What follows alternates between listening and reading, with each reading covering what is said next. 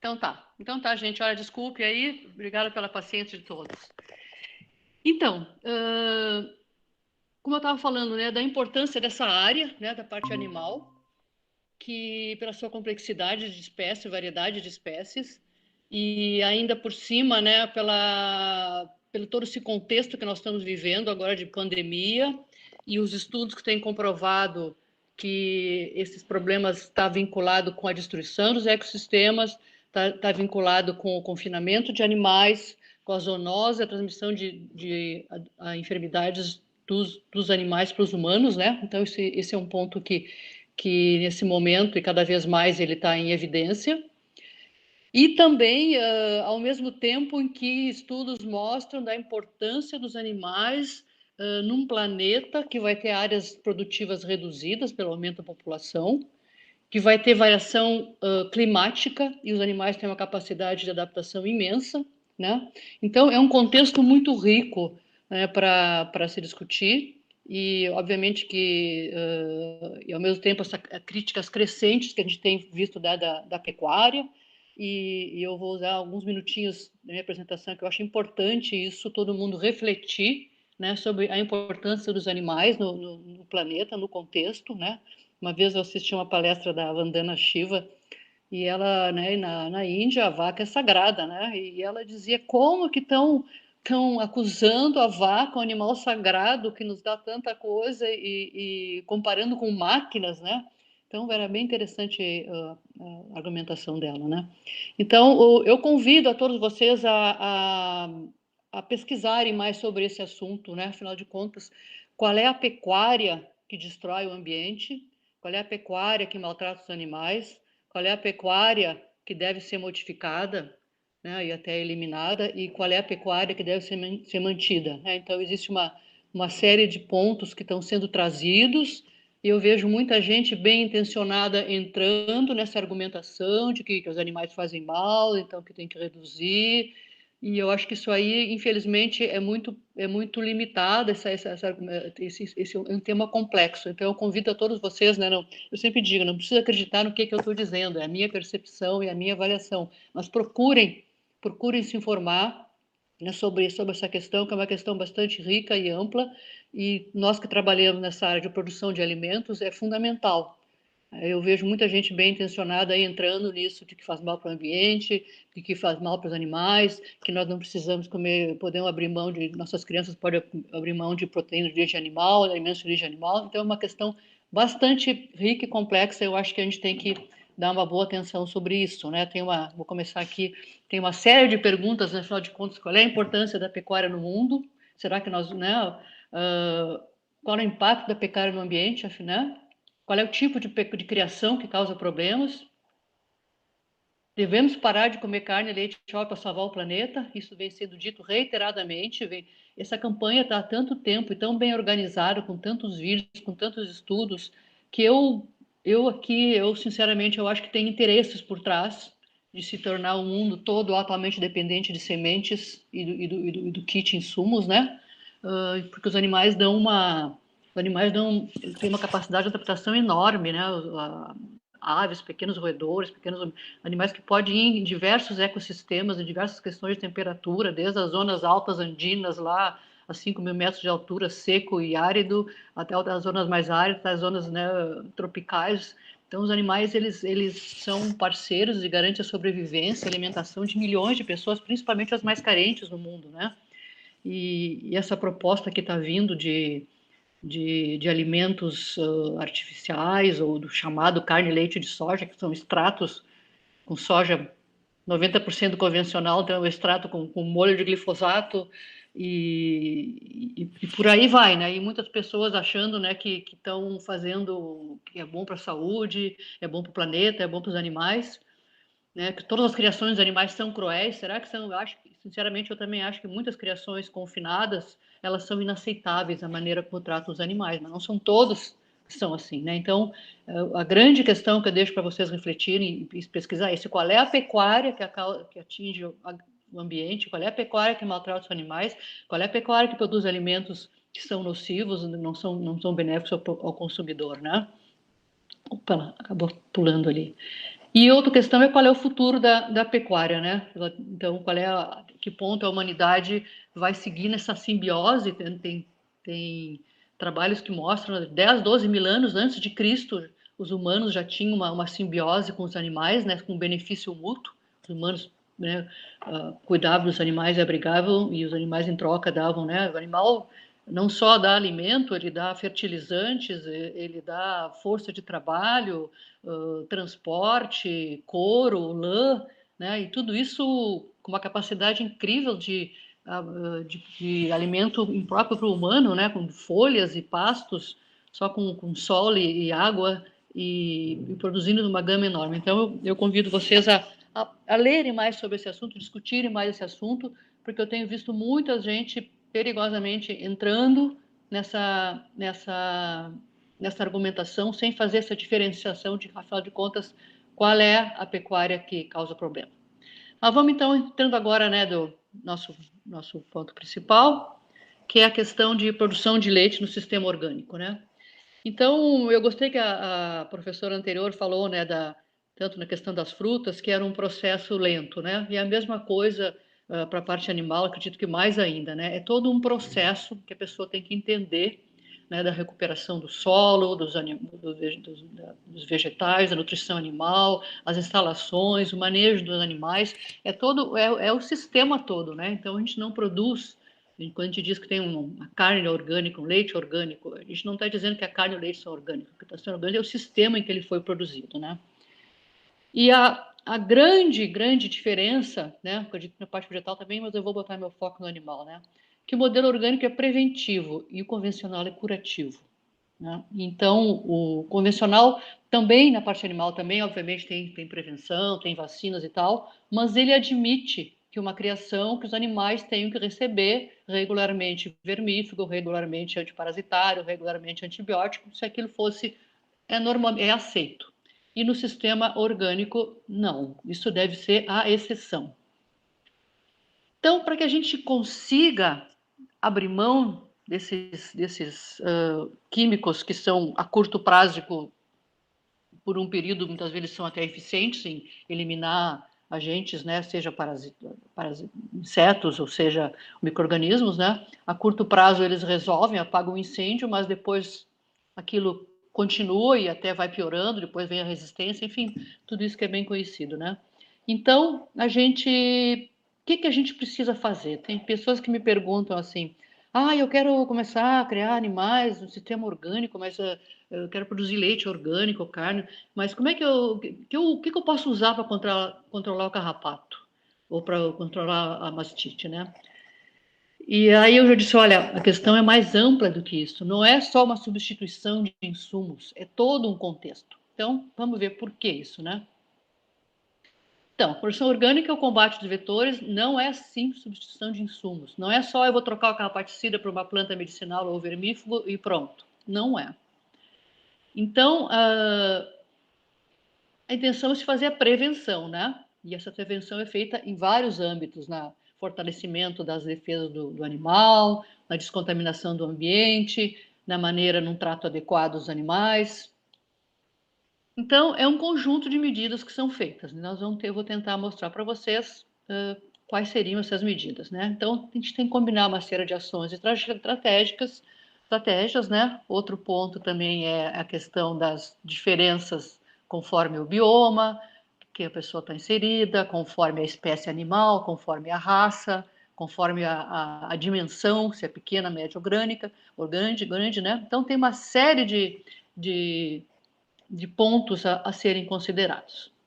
Então, eu vou seguir, até para facilitar depois, se vocês quiserem aprofundar, olhar de novo o que a gente vai falar aqui, eu vou seguir a estrutura da portaria 52, né?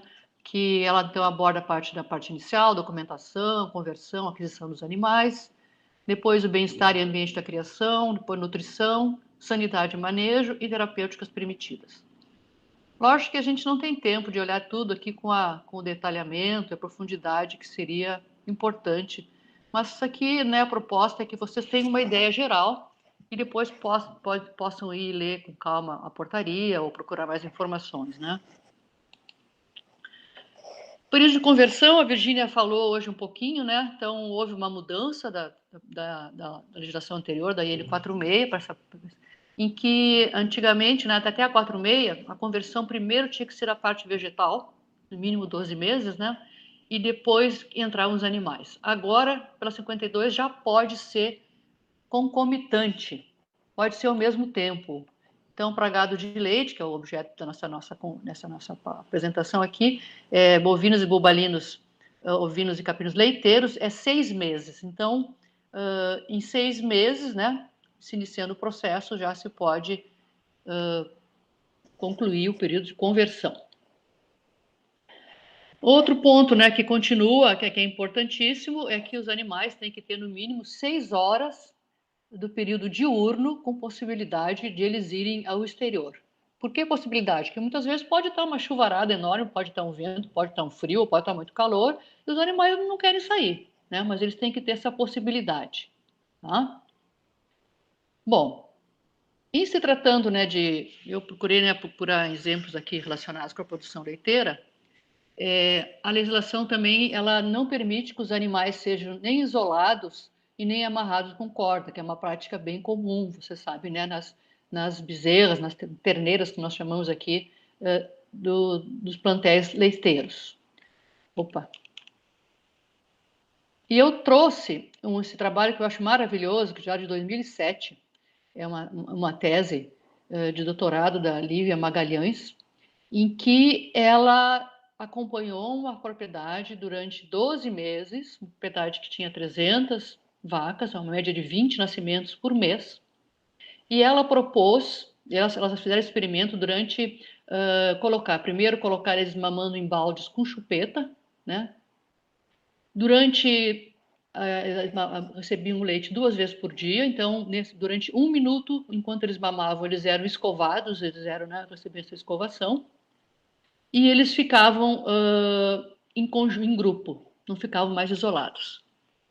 E só fazendo isso, a propriedade não era orgânica, era convencional, mas só fizeram essa modificação desse trato do bem-estar dos animais, houve uma redução na mortalidade de mais de 50%, com essas três ações ao mesmo tempo, né? Escovando, com balde em grupo, redução do uso de antibióticos de 50% e a redução na incidência de desidratação quase 70%, e de diarreia, mais de 50%.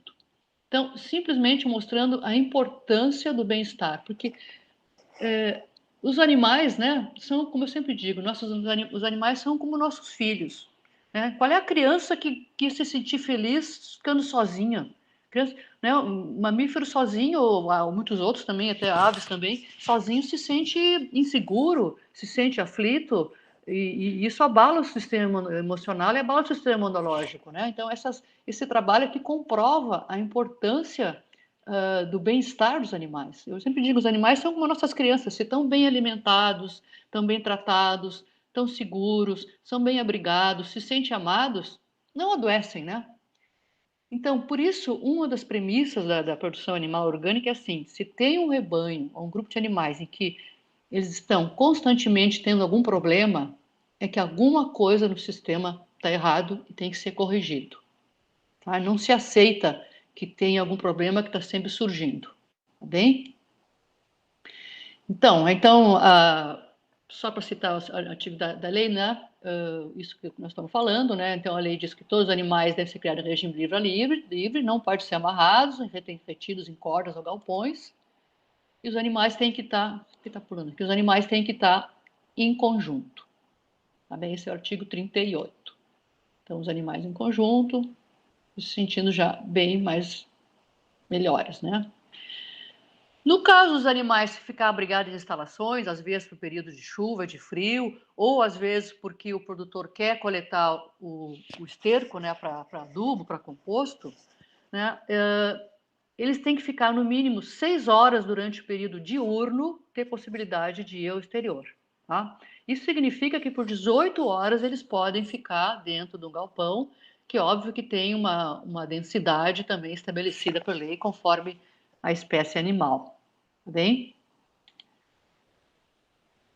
Na área externa, se recomendam, né, áreas de circulação com árvores, que pode ser espécies nativas, frutíferas e outras. E essa introdução assim da palavra aqui, ó, frutíferas, né? Até botei em negrito, não sei se vocês estão vendo no meu cursor. Na verdade, nós conseguimos incluir agora no 52, porque tinha toda uma discussão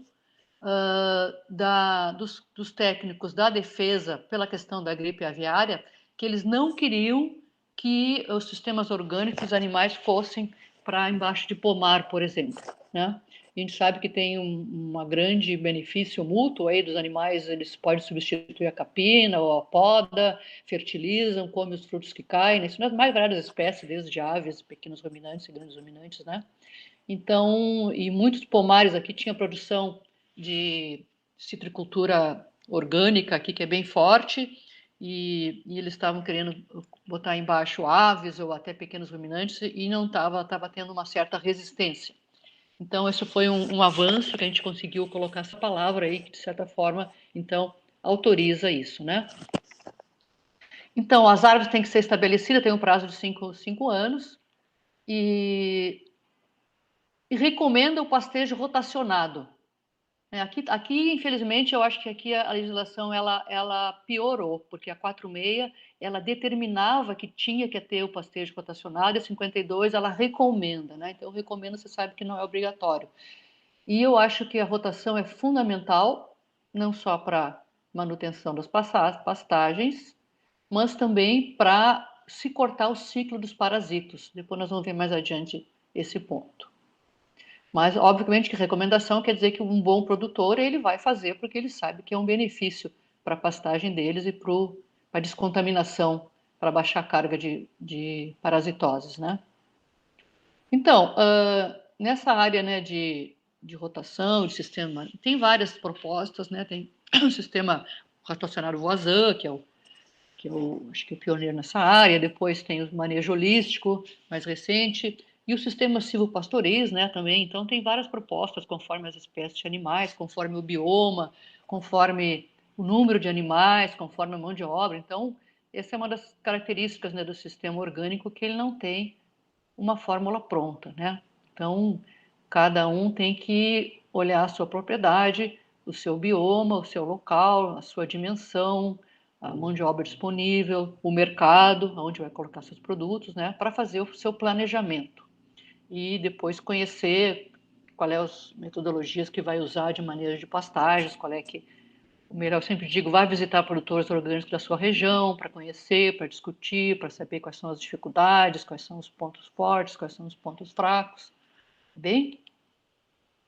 Bom, a densidade dos animais na área externa também tem estar estabelecida por lei. Para ruminantes é 500 metros quadrados por 100 quilos na parte externa. Na parte interna tem outras metragens, que eu achei que não era o caso de colocar aqui. Eu gosto dessa imagem que mostra aqui a convivência, né, do gado com os animais silvestres. Eu vejo muita gente bem intencionada dizendo que está diminuindo por comer carne para salvar os animais. Entretanto, os biomas silvestres, né, no caso, o nosso pampa aqui, ele precisa do gado para sobreviver. Se não tem o gado em cima, vai entrar monocultura. Está entrando monocultura de soja, monocultura aí nas outras regiões do Brasil de cana. Então, que entra com suas máquinas, com seus tratores, com seus químicos, com seus agrotóxicos, e os animais silvestres acabam com o habitat dos animais silvestres, né? Enquanto que a pecuária bem manejada, né, gente, não quer dizer assim que solta e está tudo bem, não. A pecuária bem manejada, ela convive em harmonia, né, com os animais silvestres, ela fertiliza, né, ela espalha sementes. Então, são todos aspectos para serem considerados. Bom, fala um pouquinho de nutrição. Muitas vezes me perguntam, como é que é a nutrição dos animais do sistema orgânico? Eu sempre digo, olha, ela é exatamente igual ao sistema convencional em termos de necessidades nutricionais, conforme a idade, conforme a espécie, conforme a fase, se é gestação, se é amamentação, se é produção, no caso de aves, se é postura, se é crescimento, né? Se é engorde, enfim. Então, a necessidade é exatamente a mesma. Agora, a grande diferença, a pequena grande diferença, é que toda alimentação tem que ser orgânica, de preferência da própria unidade ou de outra sob o manejo orgânico certificado, obviamente, né? Bom, mas a legislação permite que alimentos convencionais para ruminantes, até 15% da matéria seca por dia pode ser de alimentos não orgânicos. Por quê? Porque às vezes não existe, né? Mas tem que ser só quando não existe. Não é assim, eu vou comprar o milho, ou o sorgo, ou o grão que seja. Eu vou comprar 85% do orgânico e vou comprar 15% convencional porque é barato, mais barato. Não, tem que ser quando não existe a disponibilidade no mercado. Tá bem? Então, para os herbívoros também, né? Deve ser utilizado o máximo sistema de pastagem, né? Que deve ser 60% da matéria seca. E para animais de produção leiteira, durante o período máximo de 3 meses, pode ser 50%. Tá? Então, isso aqui tudo, né, citando, vocês podem olhar com calma sobre isso. E o Rogério hoje falou também na apresentação dele da importância, né, de quais são da produção orgânica trabalhar com listas positivas. Né? Então, ela tem 3 anexos de listas positivas, um anexo sobre listas, né, de desinfetantes e materiais de limpeza, né, de tambos ou de mesa, de utensílios. Depois, as substâncias permitidas na alimentação animal. E depois, os anexos permitidos como medicamentos na sanidade, na cura de enfermidades e doenças dos animais. Tá bem?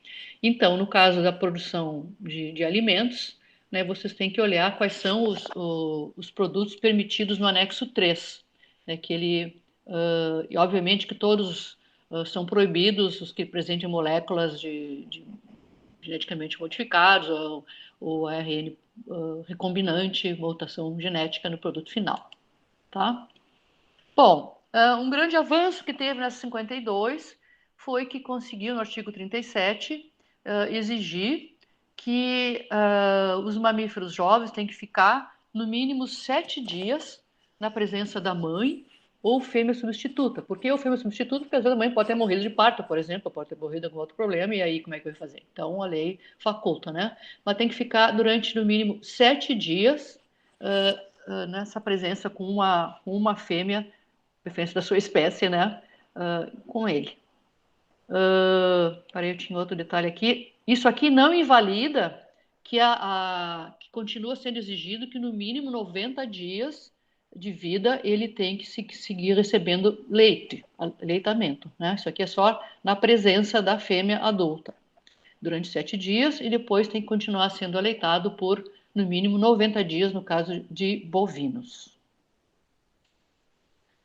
Aqui, vitamina natural artificial, 90 dias, bovinos bubalinos, 45 dias, ovinos e caprinos. E ali está aqui, então, uma bela imagem, né? Isso aqui é da Argentina, em que uma fazenda, né? Em que os bezerros estão recebendo seu leite, né? Com chupeta, que é o indicado.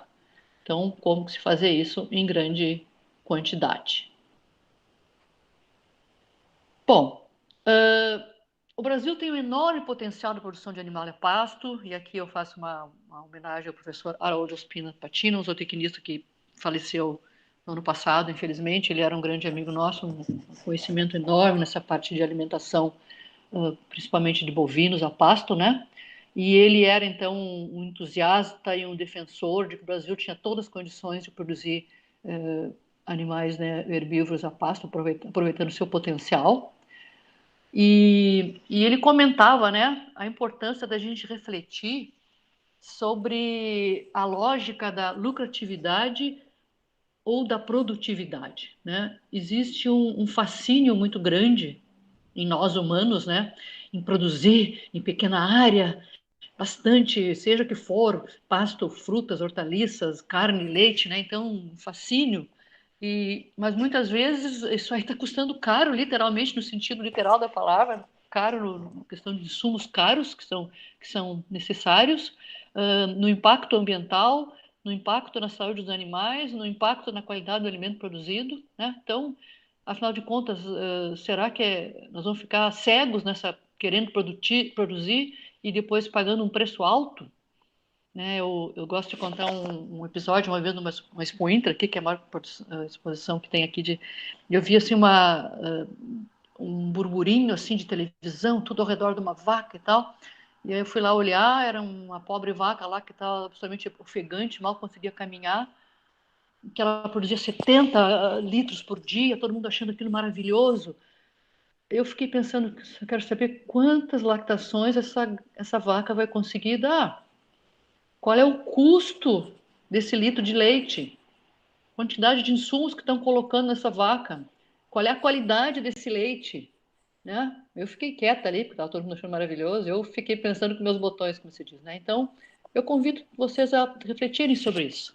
Né? E acho que a produção orgânica ela vem com uma proposta mais equilibrada em termos da gente ter um sistema mais resiliente também, né? Porque se nós trabalhamos num sistema que ele é todo hiper intensivo, uma monocultura, tem que estar tudo perfeito. Se tem algum problema, já tudo vai por água abaixo. Né? Enquanto que um sistema mais resiliente, mais rústico, mais adaptado, eles nos permitem ter mais tranquilidade. Então, existem várias propostas aqui, né, imagens da Caatinga, e aqui mais à esquerda a Fazenda Malunga, lá do Brasil Central, à direita o sistema silvopastorista, aqui lá da Colômbia.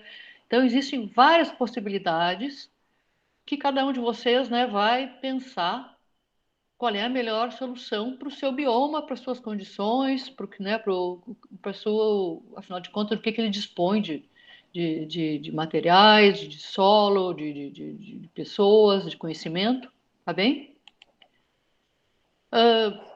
Falando em nutrição, não posso deixar de falar na mandioca, né, que é um alimento maravilhoso, tem um potencial enorme para alimentar todas as espécies, né? Eu acho que, obviamente, a gente não tem tempo aqui para aprofundar, né, tanto a parte aérea quanto a parte, né, provavelmente a maioria conhece, né, essa riqueza da mandioca.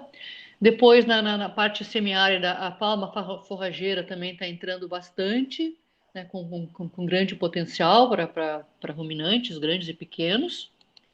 Depois nós temos também alimentos fermentados, né, que é uma técnica maravilhosa, assim, que torna os alimentos mais nutritivos, disponibiliza maior digestibilidade, enriquece, se possibilita o aproveitamento para quem trabalha com gado de leite em agroindústrias, né, tem o soro do leite, pode ser aproveitado para alimentação fermentada dos animais, né? Então, tem muitas coisas interessantes. E nessa parte de alimentação de animais, gente, é urgente se trabalhar com vegetação, com espécies locais, com rações adaptadas, com rações locais. No ano passado, há 2 anos atrás, nós demos um curso, né, ainda que a gente ainda dava cursos presenciais antes da pandemia, lá em Santarém, no Pará, curso de aves e suínos orgânicos. E e aí eles também estavam, né, estavam com essa demanda, né, de como produzir, né, alimentar animais que demandam grãos. Como é que eles iam mandar buscar aqui do Paraná soja e milho orgânico lá para cima, né? Quer dizer, que então fica totalmente absurdo, né? Então tem que trabalhar com produtos locais, né? Então esse é um desafio, uma demanda e até um pedido para cada um de vocês aí, né? Que eu suponho que tem a gente aqui do Brasil inteiro nos assistindo, né? Que procure na sua região, né, trabalhar com o desenvolvimento de alimentação, porque eu acho que um dos grandes, eu acho que é o maior desafio da produção animal, principalmente dos não herbívoros, né? É a produção de alimentação orgânica. Bom, vamos falar um pouquinho então da parte de manejos, né? O que é permitido? Rapidamente, a inseminação artificial é permitida, a sincronização do cio por métodos físicos ou comportamentais é permitido, você sabe que tem o efeito macho, né? O corte de ponta do chifre, mochamento e marcações são permitidos. Isso aqui, a castração, isso aqui foi uma modificação do 52, foi um belo avanço no bem-estar animal, em que se estabeleceu agora que a castração se recomenda que seja por imunocastração, que é o uso de uma vacina, né? Ou se for pelo método cirúrgico, né, físico, que tenha que seja utilizado um anestésico ou analgésico. Tá? Então, isso foi um bom avanço na parte do bem-estar animal, de todos os animais aqui. E o que é proibido no sistema orgânico? Transferência de embrião e fertilização in vitro, sincronização do cio com indução hormonal, discórnia, né? Marcações com mutilações e estímulos elétricos ou tranquilizantes quimiosintéticos. Tá ali, né? Isso aí tá tudo, né, no artigo 47 a 54, detalha isso aqui, eu fiz um resumo. Bom, gente, vamos falar um pouquinho da parte de sanidade, né? A parte mais importante para mim na sanidade é o pastoreio dos animais, a rotação dos animais, não só para melhor aproveitamento da pastagem, mas para cortar o ciclo das parasitoses e de vários, e mesmo de vários outros agentes patogênicos, né? Uh, Todos os parasitas, eles têm a maior parte do seu tempo que eles estão na vida livre, como se chama, eles estão no meio externo, eles não estão nos animais. Sejam tanto os parasitoses internos quanto os externos. E eu não sei por que até agora, até então, quase todos os sistemas de controle foram concentrados só quando eles estão no animal. Isso implica, então, manuseio dos animais, implica estresse nos animais, implica em resíduos nos alimentos, né? Enquanto que os sistemas orgânicos, eles fomentam as ações, então, quando os animais estão no campo, né? Então, a rotação, para interromper, né, é fundamental. Então, tem tanto os vermes, né, internos quanto os externos, todos eles vão para fora, né, a fêmea adulta põe os ovos então eclodem e depois essas larvas têm que subir nas pastagens para ir para os animais. Então, é nessa fase, quando eles estão no campo, que é aí que a gente age, né? Isso aí poupa de estar agindo com os animais. E como é que a gente age? Fazendo a rotação. Essas larvas, né, a maioria das larvas, como eu digo, elas têm um período em que elas eclodem. E eu sempre digo, as larvas vêm com uma mochilinha, ela vem com uma merenda. Em geral, essa merenda delas dura ali 20 e poucos dias, no máximo 30 dias. Depois elas são obrigadas a encontrar um animal para ir subir e chupar o sangue. Se elas não encontram, elas morrem. Então, por isso, a gente tirar os animais e deixar o campo sem nenhum animal nenhum, ou pelo menos pode botar uma outra espécie, mas não aquela espécie, né? Porque esses parasitas são muito específicos na maioria deles, né? Então, essas larvas, então, elas naturalmente elas vão morrer.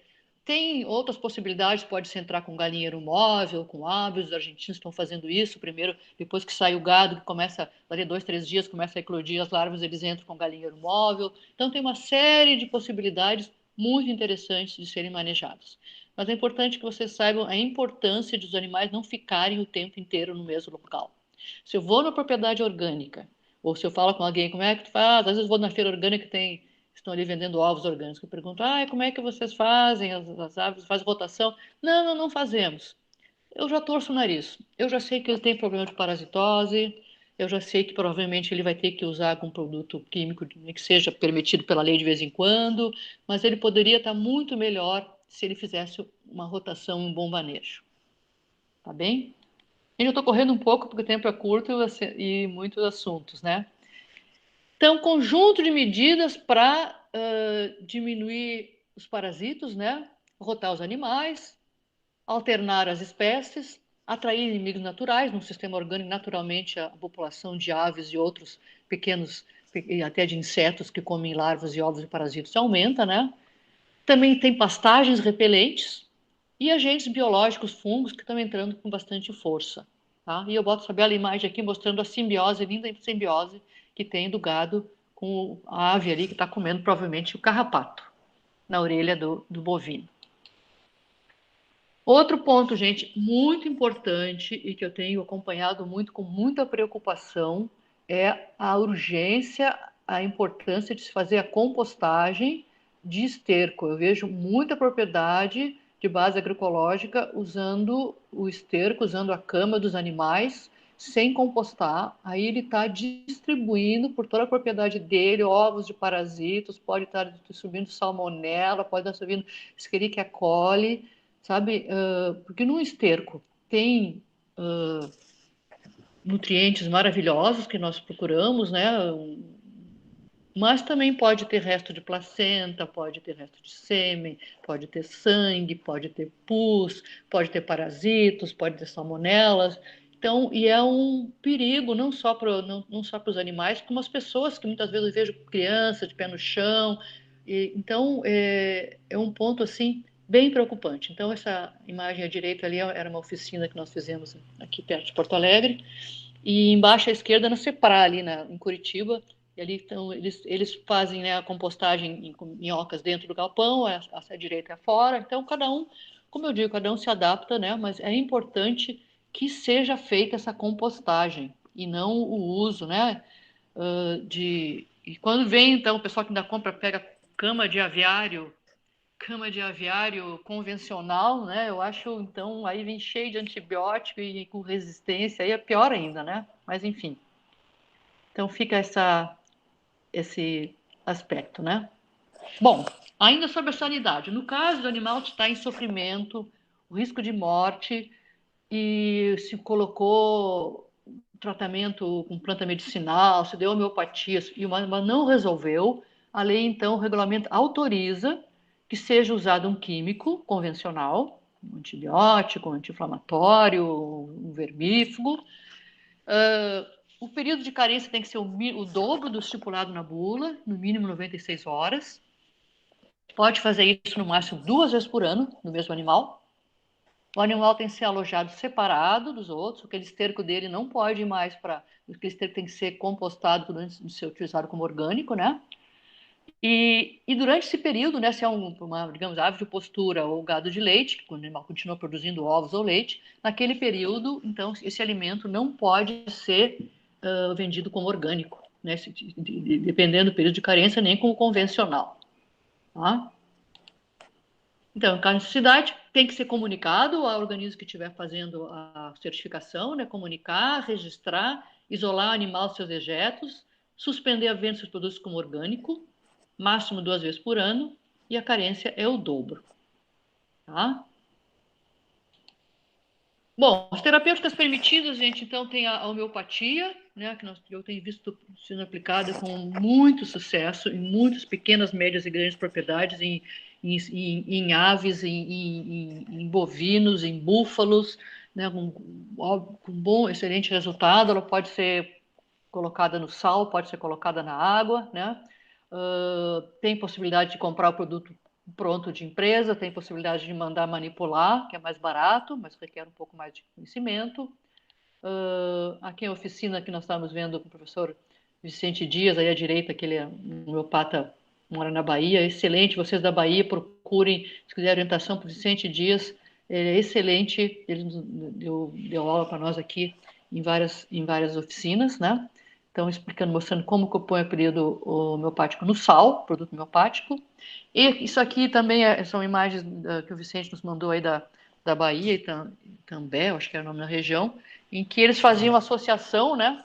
Associação de homeopatia para bovinos e búfalos, e em períodos críticos, né? Então, períodos críticos de Berner, de carrapato, eles usavam também, então, a fitoterapia. Então, ali é o NIM, né? Que fazia uma infusão de NIM, 3 dias de molho na água, e fazia a aspersão no animal. Tem uma associação de homeopatia e fitoterapia.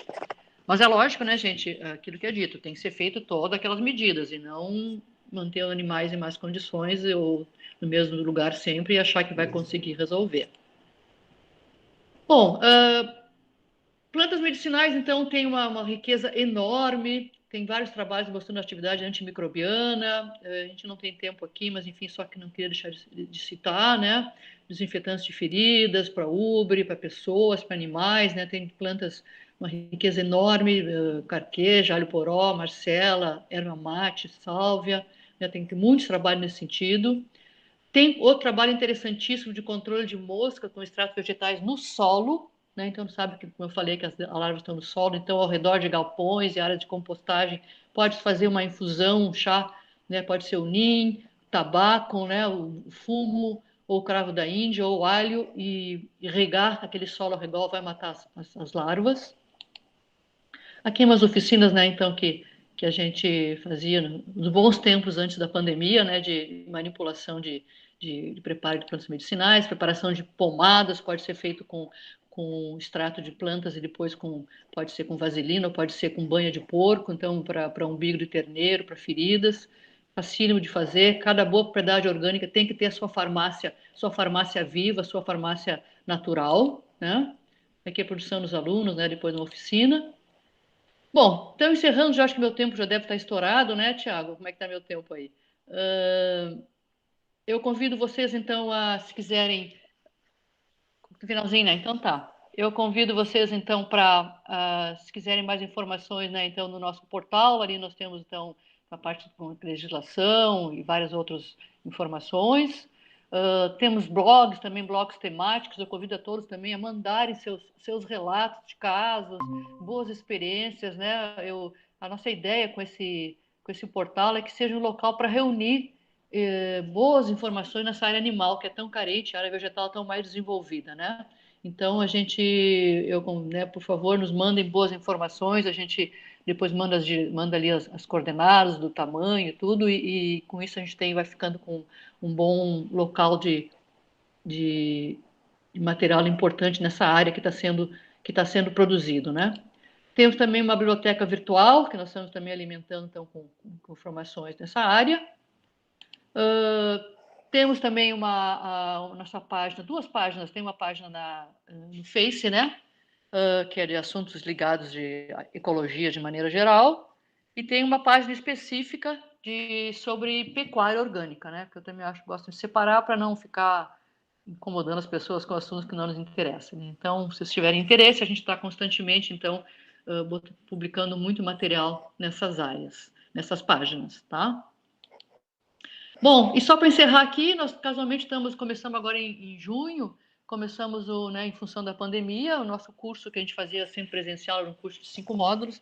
Nós fizemos um curso, uma fatia dele nessa parte de ruminantes, né? Então, com aulas gravadas, com lives para dúvidas e grupos de discussão. Já começou agora em junho, né? Então, especificamente, né, o que precisa fazer, o que não pode fazer, como começar. E nós também estamos aceitando bolsa colaboração. Então, se vocês quiserem informação, vocês entrem no portal e vejam maiores detalhes. Esse curso ele vai ficar então agora até o final do ano, vai ficar online para quem quiser ir entrando e participando, né? Então, é uma possibilidade de aprofundar. Então é isso, eu agradeço a atenção de vocês, peço desculpa que eu sei que foi bastante corrido, mas é que tinha muito material, isso é uma área muito interessante, e eu fico à disposição para perguntas ou para mais informações.